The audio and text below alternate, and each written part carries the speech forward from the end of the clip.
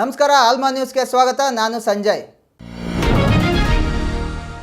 ನಗರದಲ್ಲಿ ಇಂದು ವಾಲ್ಮೀಕಿ ಅಭಿವೃದ್ಧಿ ನಿಗಮದ ಹಗರಣ ಸುದ್ದಿಗೋಷ್ಠಿಯಲ್ಲಿ ಮಾತನಾಡಿದ ಕಾಂಗ್ರೆಸ್ ಯುವ ಮುಖಂಡ ನಲ್ಪಾಡ್, ಈಗಾಗಲೇ ಒಂದು ಬಾರಿ ಬಿಜೆಪಿಯವರು ಉಪಮುಖ್ಯಮಂತ್ರಿ ಡಿ.ಕೆ. ಶಿವಕುಮಾರ್ ಅವರನ್ನು ಮುಟ್ಟಿದ್ದಕ್ಕೆ 66 ಸೀಟಿಗೆ ಇಳಿದಿದ್ದಾರೆ.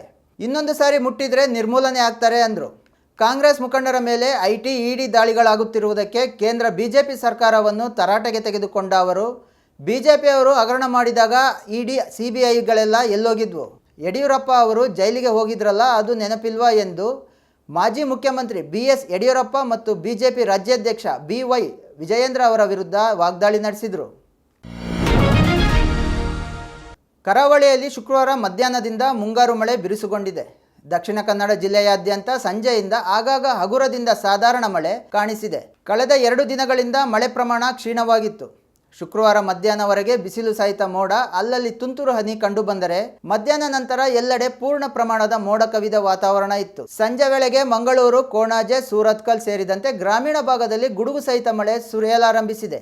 ಕರಾವಳಿ ಜಿಲ್ಲೆಯಾದ್ಯಂತ ಮುಂದಿನ 4 ದಿನ ಸಾಧಾರಣ ಮಳೆ ಮುನ್ಸೂಚನೆ ಇದೆ. ಈಗಿನಂತೆ ರಾಜ್ಯದ ಮಲೆನಾಡು ಭಾಗಗಳಲ್ಲಿ ಹಾಗೂ ದಕ್ಷಿಣ ಕನ್ನಡ, ಕಾಸರಗೋಡು ಜಿಲ್ಲೆಗಳಲ್ಲಿ ಜೂನ್ 16ರಿಂದ ಮಳೆಯ ಪ್ರಮಾಣ ಸ್ವಲ್ಪ ಕಡಿಮೆಯಾಗುವ ಲಕ್ಷಣಗಳಿವೆ. ರಾಜಕೀಯದಲ್ಲಿ ತೀವ್ರ ಬಿರುಗಾಳಿ ಎಬ್ಬಿಸಿದ್ದ ವಾಲ್ಮೀಕಿ ಅಭಿವೃದ್ಧಿ ನಿಗಮದ ಹಗರಣ ಸಂಬಂಧ ಜಾರಿ ನಿರ್ದೇಶನಾಲಯ ಅಧಿಕಾರಿಗಳು ಮಾಜಿ ಸಚಿವ ನಾಗೇಂದ್ರರನ್ನು ಶುಕ್ರವಾರ ವಶಕ್ಕೆ ತೆಗೆದುಕೊಂಡಿದ್ದು, ಬಂಧನದ ಸಾಧ್ಯತೆ ನಿಚ್ಚಳವಾಗಿದೆ. ಬೆಂಗಳೂರಿನ ಡಾಲರ್ಸ್ ಕಾಲೋನಿಯಲ್ಲಿ ನಾಗೇಂದ್ರ ಫ್ಲಾಟ್ ಮೇಲೆ ದಾಳಿ ಮಾಡಿದ್ದ ಅಧಿಕಾರಿಗಳು ಸತತ 48 ತಾಸುಗಳ ಕಾಲ ಸುದೀರ್ಘ ವಿಚಾರಣೆ ನಡೆಸಿದ್ರು.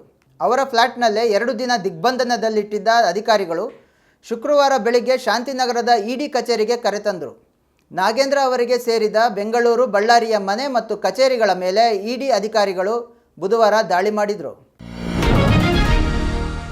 ಜುಲೈ 23ರಂದು ಮಂಡನೆಯಾಗಲಿರುವ ಕೇಂದ್ರ ಬಜೆಟ್ನಲ್ಲಿ ಆರೋಗ್ಯ, ಶಿಕ್ಷಣ ಮತ್ತು ಗ್ರಾಮೀಣಾಭಿವೃದ್ಧಿಗಳನ್ನು ಒಳಗೊಂಡ ಸಾಮಾಜಿಕ ವಲಯದ ಯೋಜನೆಗಳಿಗೆ ಹೆಚ್ಚಿನ ಹಣ ವಿನಿಯೋಗವಾಗುವ ನಿರೀಕ್ಷೆ ಇದೆ. ಗ್ರಾಮೀಣ ಭಾಗಕ್ಕೆ ಆದ್ಯತೆ ಮತ್ತು ಸಮಾಜದ ದುರ್ಬಲ ವರ್ಗಗಳನ್ನು ಸಬಲಗೊಳಿಸುವುದರ ಕಡೆಗೆ ಬಜೆಟ್ನಲ್ಲಿ ಹೆಚ್ಚು ಗಮನ ನೀಡಲಾಗುತ್ತದೆ ಎಂದು ಹಿರಿಯ ಅಧಿಕಾರಿಯೊಬ್ಬರು ತಿಳಿಸಿದರು. ಇತ್ತೀಚೆಗೆ ಆರ್ಬಿಐ ತನ್ನ ಲಾಭಾಂಶದ 2.10 ಸಾವಿರ ಕೋಟಿಗಳನ್ನು ಸರ್ಕಾರಕ್ಕೆ ನೀಡಿತ್ತು. ಇದರಿಂದ ಹಣಕಾಸಿನ ಸ್ಥಿತಿ ಸದೃಢವಾಗಿದೆ. ಇದು ಸಾಮಾಜಿಕ ವಲಯಕ್ಕೆ ಹೆಚ್ಚಿನ ಮೊತ್ತ ವಿನಿಯೋಗವಾಗಲು ನೆರವಾಗಲಿದೆ. ಈ ಬಾರಿ ಆದಾಯ ವೆಚ್ಚವನ್ನು ಹೆಚ್ಚಿಸಲಾಗುತ್ತದೆ. ಇದು ಮಧ್ಯಂತರ ಬಜೆಟ್ಗಿಂತಲೂ 50,000ದಿಂದ 60,000 ಕೋಟಿ ರೂಪಾಯಿ ಹೆಚ್ಚಾಗಲಿದೆ ಎಂದು ರೇಟಿಂಗ್ ಏಜೆನ್ಸಿ ICRA ಹೇಳಿದೆ. ಅಲ್ಲಿ ಎಲ್ಲೆಲ್ಲೂ ಸೌಂದರ್ಯ, ಸಡಗರದ ರೂಪರಾಶಿಗಳೇ. ಮುಖೇಶ್ ಅಂಬಾನಿ, ನೀತಾ ಅಂಬಾನಿ ದಂಪತಿಯ ಸುಪುತ್ರ ಅನಂತ್ ಅಂಬಾನಿ ಮತ್ತು ರಾಧಿಕಾ ಮರ್ಚೆಂಟ್ ಮದುವೆ ಈ ವರ್ಷ ಭಾರತದಲ್ಲಿ ನಡೀತಾ ಇರೋ ಅದ್ದೂರಿ ಕಾರ್ಯಕ್ರಮ.